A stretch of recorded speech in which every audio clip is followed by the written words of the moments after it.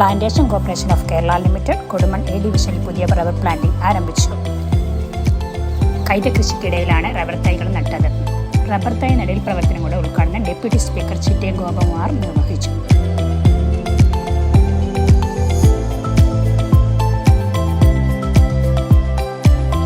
അവിടെ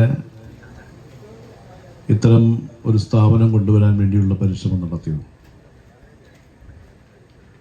ഇവിടെ ഇരിക്കുന്ന ഒരുപക്ഷെ എന്നെക്കാൾ കൂടുതൽ അറിയാവുന്നവരാണ് നിങ്ങളെല്ലാം.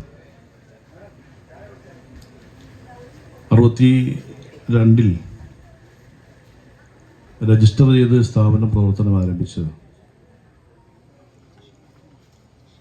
അന്ന് മുതൽ ഇന്ന് വരെ നിരവധി ആളുകളാണ്, നിരവധി നേതാക്കന്മാർ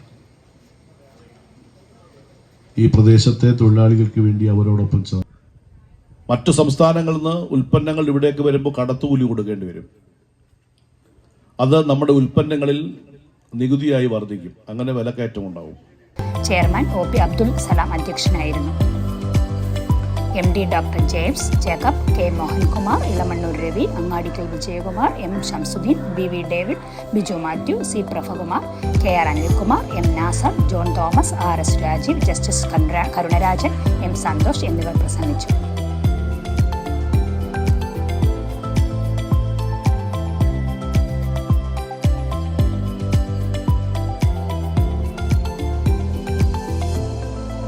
ഹെക്ടർ സ്ഥലത്ത് 18,000 റബ്ബർ തൈകളാണ് നടുന്നത്.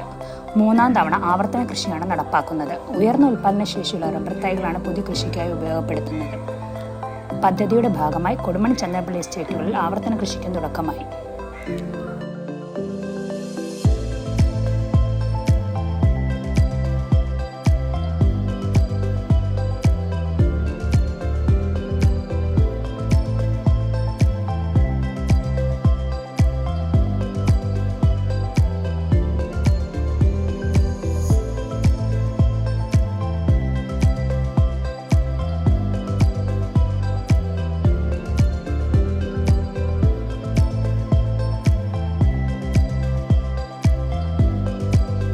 SNN news, Pathanamthitta.